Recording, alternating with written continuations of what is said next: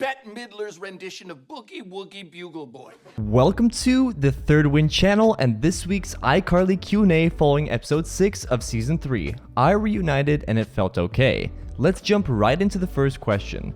Why do they continue not to mention Gibby? We have had 2.5 seasons now and there's still no verbal mention of what the status is on one of the 4 core members of the iCarly friend group. There is a deliberate avoidance of the topic, and the most recent episode, one where they had a school reunion, would have been another great place to mention Gibby. Elfie suggests that maybe the reason they don't mention Gibby is because they don't want to limit themselves story-wise in the case that Gibby does come back. Otherwise, if there was no way he would return, they probably would have given him a nice write-off like Sam got in season 1. This is no accident and it points towards a future possibility, but of course not a certainty. This leads into a second question about Gibby this week. Might Gibby be dead?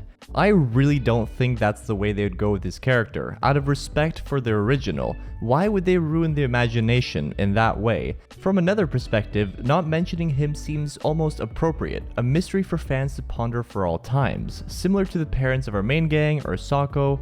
So many mysteries and so many opportunities, but no, there's no way they killed off Gibby. This next question I found really interesting, and it was, how is it that Carly didn't know of Freddie's last year in school? While they weren't dating, they were still best friends for many years since the original. You would think Carly would have asked Freddie about senior year prior to when they started dating. So the question is, how come Carly knew nothing of Freddie's senior year?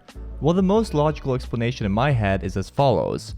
Following that fateful night in Italy between Carly and Freddie, Freddie decided to not mention his feelings of that night to Carly indefinitely. Those feelings surely griped his emotions for at least the entirety of that senior year, and he probably has compartmentalized all of that. That whole year he left as a secret, or maybe he just found ways to avoid talking about it. I feel that also provides some idea of what their relationship was after that night. They probably grew apart a little bit while Carly was in Italy, until she was back. Carly was present for Freddie's second marriage with Gwen, but probably not for the first. Freddie also didn't know Paul, not properly, so my guess is between 2014 and 2015 or 2016, Carly and Freddie lost touch a little bit. Just goes to show that there's still so much to learn about this gap.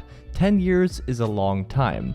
But speaking of that senior year, question 4, did Malika and Freddie date in that senior year? My impression is no. I think Freddie friend-zoned her, but that's just a guess. Malika had already expressed interest in Freddie somewhere around 2009, and I don't think Freddie ever reciprocated. That dance they did also definitely feels like a friend thing. Did Freddie potentially need time to process the Carly situation and in turn didn't date anyone in that senior year? Maybe. What do you guys think? Continuing on the topic of Freddie and something I had forgotten about, whatever happened to Freddie's Kevin app? This was a huge plotline from season 1 until the end of season 2, and this is how we got Pearl introduced into the story after all. What is the status of this business now? Well, I don't know, but we do know that Pearl was very involved in that, and obviously with their fallout, she would quit, and Freddie is busy with a lot of different things, so it can't be going too well. A number of things may have happened. Maybe he works on it off screen, or maybe he made a sizable paycheck by selling the business. Surely we'll find out soon enough. Next question is asking a couple things. Will we get to know Spencer's kids' names? All of them, I mean. And how will Millicent react? I think Spencer will mention his kids from time to time, similarly how he mentions Sako off and on. That's probably how we'll eventually learn most of their names, and Millicent would probably get along with Potter. That's the impression that I get there. Another kid in the cast would definitely balance Millicent out a little bit. Continuing on this week's subplot, does Mr. Shea know about the kids? Nope, definitely not. The kids are connected to Spencer's art investment, and that was a big secret from Mr. Shea for the longest time. And Spencer would definitely tell Carly long before he would tell Mr. Shea. As a little follow-up question, will we ever see or hear from Stephen Shea in this revival? I really hope so. The actor seems to do some stuff still, and I think it would be a fantastic episode. Maybe a connection to Carly's mother. I would love that. Fingers crossed. This next question is one that I was really confused about in the most recent episode. What in the world are the parents doing upstairs? What is this arrangement?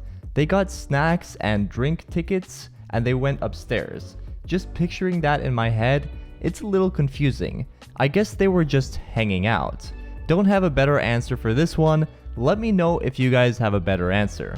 Next question, now that we've seen a few more episodes, could Carly and Freddie really be set for a proposal in the season finale? A few episodes ago, I would have said no, but now I'm really thinking that it could happen. Starting and ending the season with a proposal is deep, and they seem inseparable. And also, Jello Girl pointed out that they didn't protest the thought of being uncle and aunt. I'm starting to like the idea of this proposal in the finale more and more, but I'm still struggling to fathom where they'll go from there. Next season will start with the wedding. It feels fast. I like the idea of Freddie proposing they move in together. Could really switch up the dynamic in the building, and then what happens with Harper could be some interesting dynamic changes. The cliffhanger and ending to season 3 is a big question mark. I just don't know exactly where they might go with Creddie. A follow-up question is, in the case that we do have a proposal, what if there is a no? Well, me being a diehard TV watcher, I still think it would make things interesting if there was some sort of conflict between Carly and Freddie before they end up together. And if that might be one or the other getting cold feet and throwing things off for a little bit, that could be interesting, as long as they end up together. They could take us for a ride as far as I'm concerned, but do I think either of them would say no at this point? No, probably not. Our last question, will Potter and Spencer's firepower cause more trouble? Well, obviously yes, and I love that, but it's interesting what exactly is the source of this fire thing. I don't think we're supposed to deep it, but it seems to be hereditary. Could Spencer and Carly's mom have something to do with it? Something to think about. Probably not, but it's fun to deep things.